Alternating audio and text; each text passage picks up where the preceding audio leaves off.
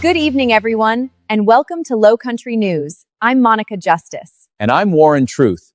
Today is June 28th, 2026. We have a special show today, broadcasting live at the 2026 BET Awards show, and a special thank you to Fendi and Calvin Klein for today's wardrobe. Let's move ahead. Up next, local news.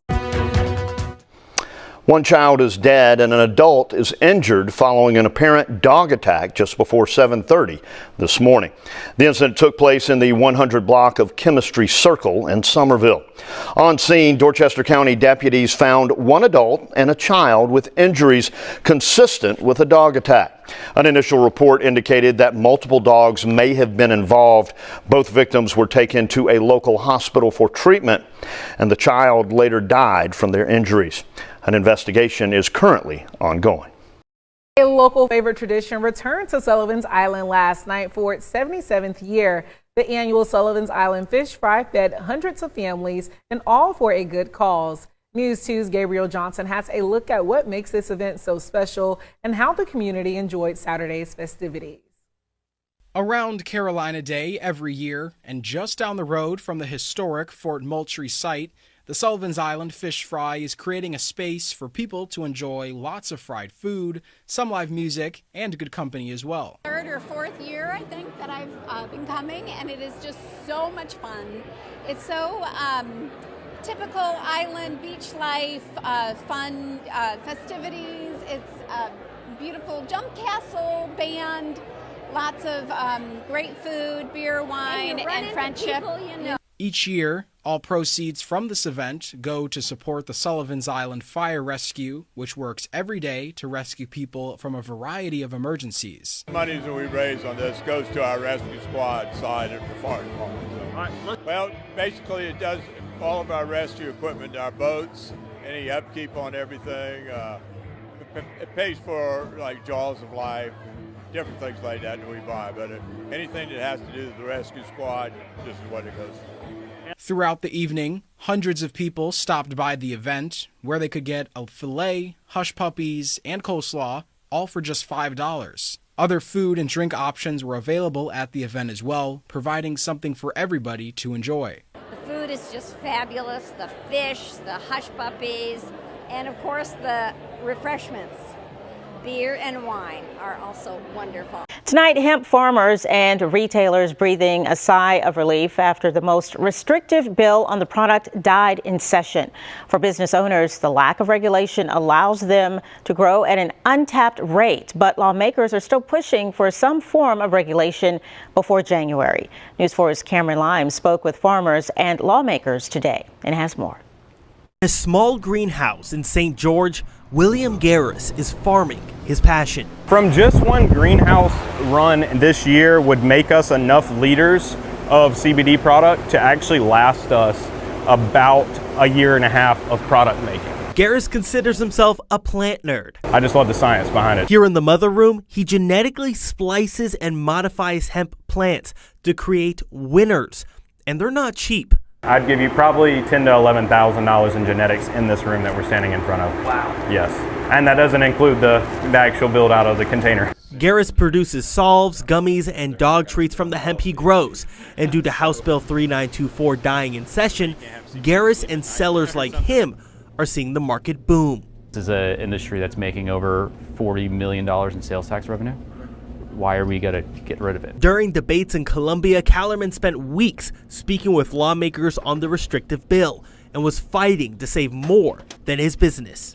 And what happened yesterday was a miracle because I was getting ready to fire employees and shut down the business or move us into another state. State Senator Ed Sutton believes the reason hemp legislation can't get passed is poor leadership. Tomorrow we could get an age 21 up bill and pass if they wanted to do that, but because they keep adding all this extra stuff, we're at a stalemate and nothing's happening. For Callerman and his team, it's an open field, ready for harvest. As it regards the Wild West piece, it is an interesting characterization. You'd rather have the Wild West than no West at all. In St. George, I'm Cameron Limes. Well, South Carolina is changing. Right now, there's a battle between future development and maintaining the status quo. And here in the Low Country, progress is happening on one end. The Low Country Land Trust announced this week of hundreds of acres of land that will now be protected from being built on in the future. Live 5's Caroline Spikes spent the day in St. George speaking to landowners who have seen the impact of this level of protection firsthand. When development comes into these small rural towns, it can change everything for everyone, even if you don't call these wide open spaces home. We just wanted this property to stay rural forever. That's what the easement does. 296 acres of land in rural Dorchester County is now protected from development per the Low Country Land Trust, but the impact goes beyond county lines. Our water quality downstream of this property will be cleaner because this property is undeveloped. That benefits you and me. The goal of preserving the nearly 300 acres of forestry and waterways on the Ute Sea land along the Ace Basin is to help the South Carolina economy through agriculture while maintaining the health of the rural communities. 25 years ago, Somerville didn't look like it does today, and St. George will look different as growth continues from Orangeburg and Charleston up and down I-26, and so it's important to protect these places. Nearby neighbors have seen firsthand the impact of a conservation easement for 254 acres that went into place last year. It doesn't just preserve our place, it preserves the entire area. The Young family has been out here for decades taking care of animals and crops. They say it's a different kind of living out here that shouldn't be interrupted. So we want to protect the land for the land itself, water preservation, air quality. All these trees that you see out here, they're producing oxygen. You cut them down and put up apartment buildings, nothing left. Whether it's the animals, the waterways, or the soil and trees, the residents out here say all land is worth protecting from overdevelopment. In St. George, I'm Caroline Spikes, Live 5 News. All right, everyone. As you can see, there's always a lot happening in Charleston. Please make sure you watch us daily to stay updated. Up next, Worldwide News.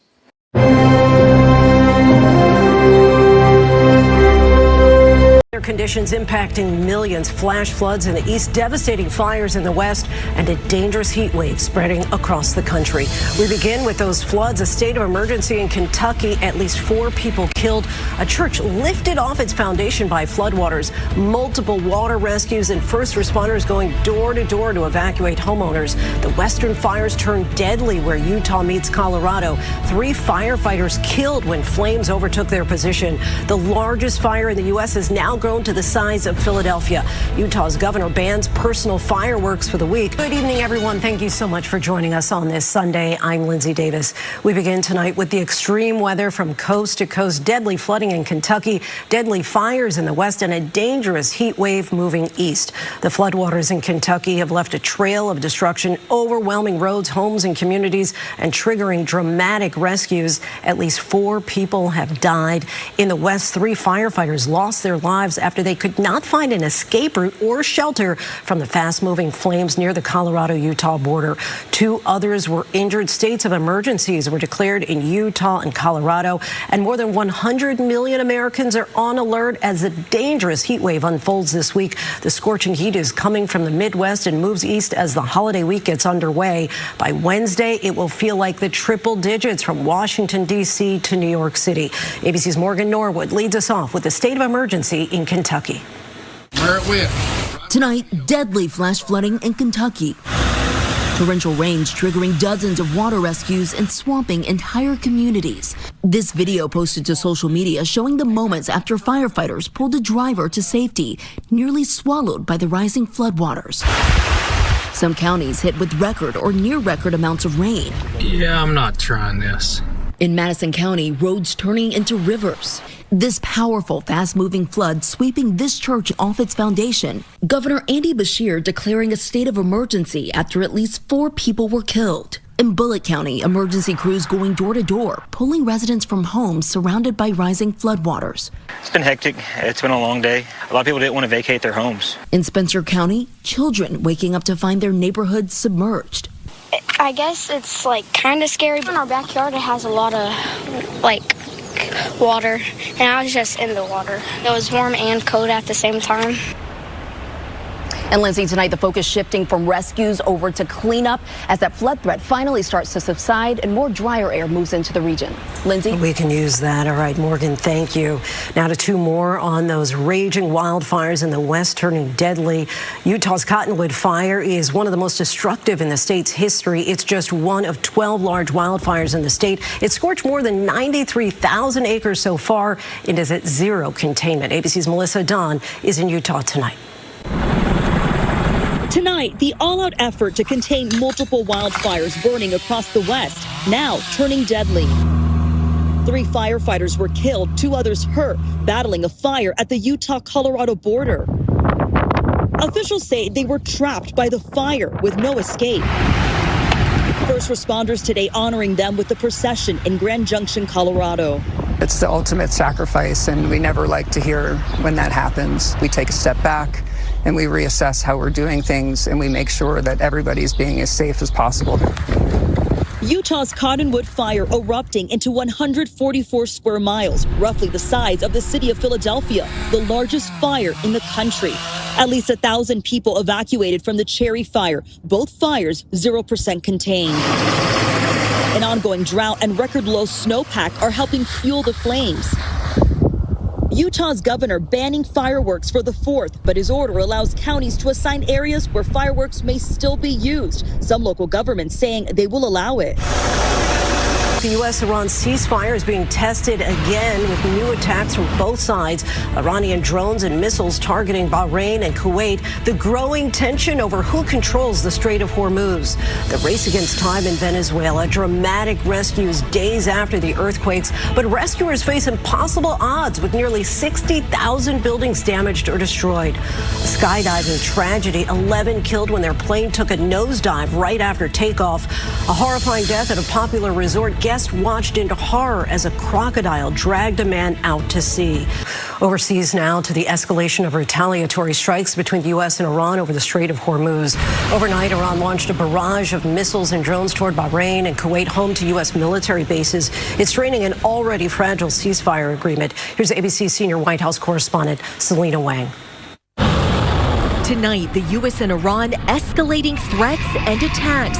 Tehran says it targeted U.S. military sites in Kuwait and Bahrain, warning American bases in the region will be experiencing hell during these days.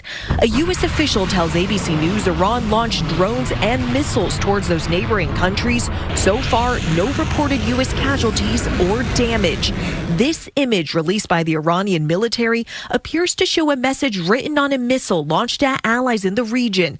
The message taunting the president, saying the only success of Trump is the increased income of American coffin makers and wheelchair manufacturers for his soldiers in this defeated war. The new attacks come hours after the U.S. struck Iran again in direct response to continued Iranian aggression against commercial shipping.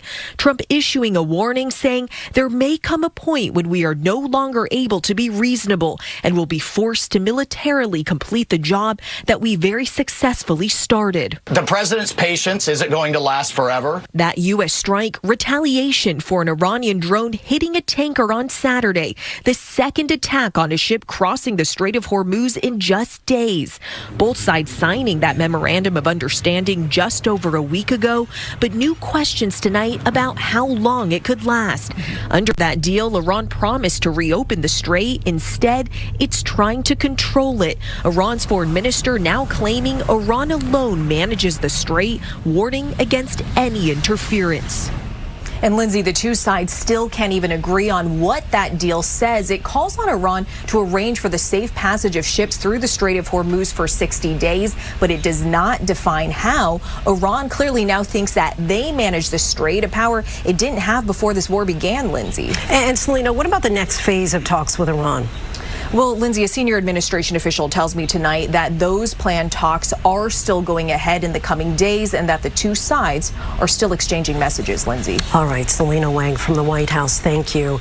Now to the growing desperation and frustration in Venezuela after those two back-to-back earthquakes. This dramatic aerial footage captures the scope of the devastation. More than 1,400 people killed, nearly 60,000 buildings damaged or destroyed. But as the search for survivors stretches into the 4th day, there is also hope. Here's ABC's Marcus Moore. Tonight in Venezuela, more triumph. 4 days after a pair of powerful and deadly quakes, rescuers pull a father and son out of the rubble alive. They were rescued in the hard-hit area of La Guaira, north of Caracas.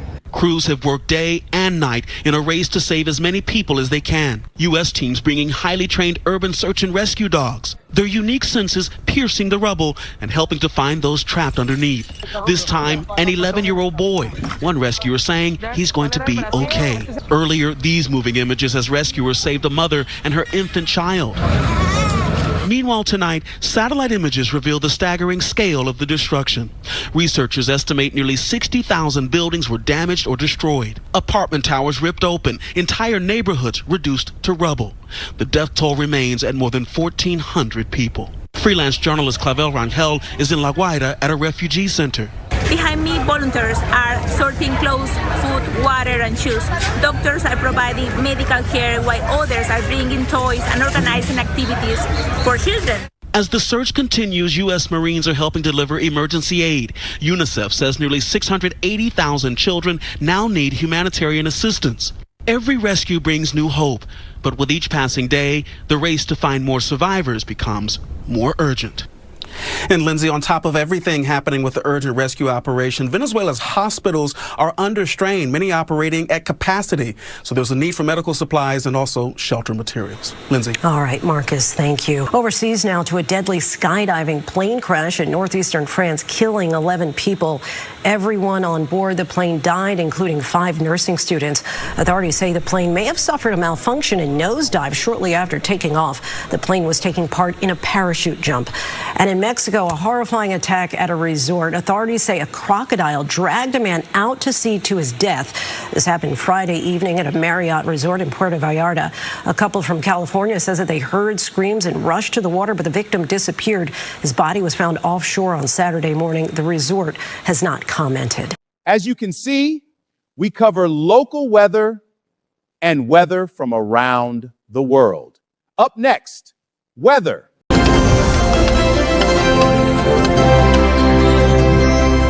And while the U.S. continues to heat up, Western Europe is cooling down after a week of record-breaking heat. Officials in France now saying the country experienced a surge of additional deaths since Wednesday, at least 1,000 during one of the worst of the heat waves on record. Lindsay, we've seen several aircraft providing water drops for a nearby wildfire just a couple of miles away from us. This as Colorado's governor is calling those 3 firefighters who died in action heroes.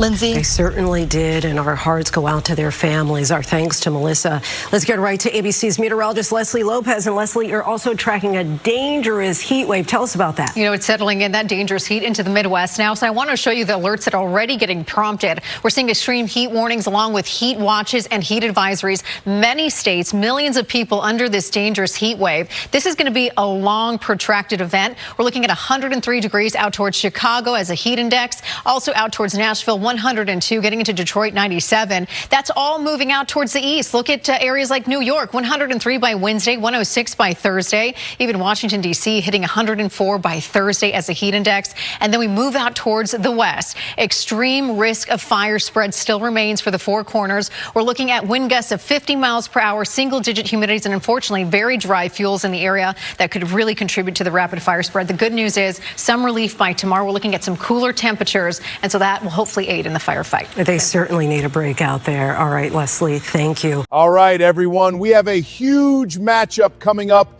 against Bosnia. Let's go USA. And for now, up next, sports. Low Country Sports News alert. Williams set to make her Wimbledon comeback and what she did after she was invited to play in the tournament. Serena Williams is about to make her return to Wimbledon. She takes the court on Tuesday, beginning her long shot quest for an 8th singles title. Today, Williams told reporters that she had to talk herself into accepting the invitation to play after 4 years away from tennis. And she won't just be playing singles. She plans to team up with her older sister Venus in doubles. A few weeks of the World Cup have been nothing short of exciting, and this next round of competition is promising to be just as thrilling. Okay, so the group stage wrapped up over the weekend with 32 teams punching their ticket to the knockout rounds. Breaking it all down on the big board for us this morning is NBC's chief data analyst and knockout know-it-all, like Steve Kornacki. There's always another thing. Okay, so I'm trying to follow here because this is all sort of new for me. But now we're down to 32 teams, and if you lose, you're out at this point, right? Yeah, you just said it. I mean, the last couple of weeks, group stage, think of that as kind of the warm-up act. It is about to get real. It looks like this. We've got a bracket now. As you say, 32 teams here. You can see there's where the U.S. fits on the bracket. That was supposed to circle. I don't know why it didn't, but the U.S. is right there. We actually had one knockout game yesterday. Canada did beat South Africa, so technically 31 teams are left. But as you said, this is a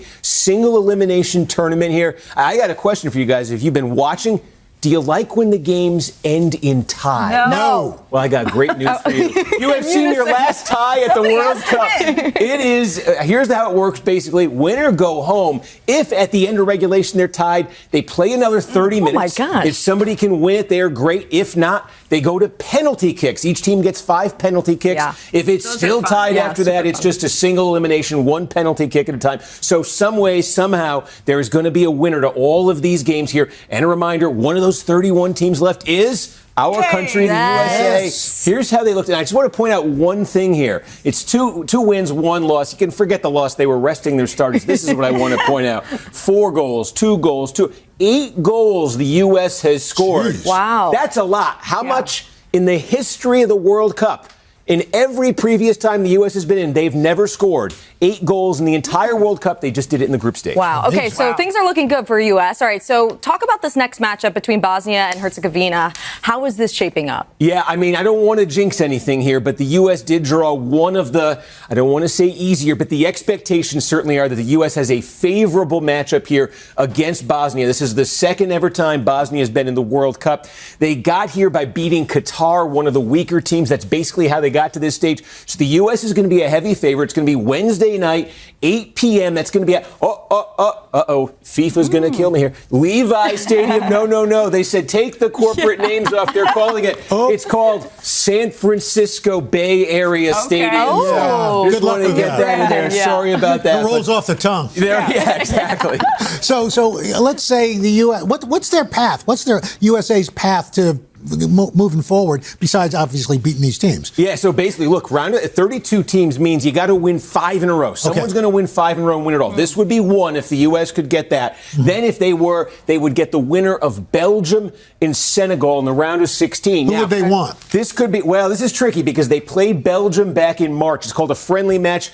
Belgium kind of crushed them. It's 5-2. So I think you want Senegal. Belgium could be tough, but the U.S. has been playing better since March. And then if you get through that, you're in the quarterfinal. That's the round of 8. And I mean, look at this. Spain, that could be the best team in the world right there. Yeah. Portugal, these are the big boys that could be playing there. And this is in modern times as far as the U.S. has ever gotten, the quarterfinal. If they could get through that, now you're really talking. Now you're in the semifinal. You're in the Final Four. And that would, in modern times, be uncharted territory for the United States. We believe. Yeah, we do believe. Part of the fun for the World Cup this year has been all the kind of dark horses, the stories behind some of the teams that haven't been here before. Who are the dark horses? So I give you a couple fun ones here. By the way, these were the odds on the U.S. I should point out the odds to win it all, 30-1. It was 60-1 when the tournament started. So I wish I did.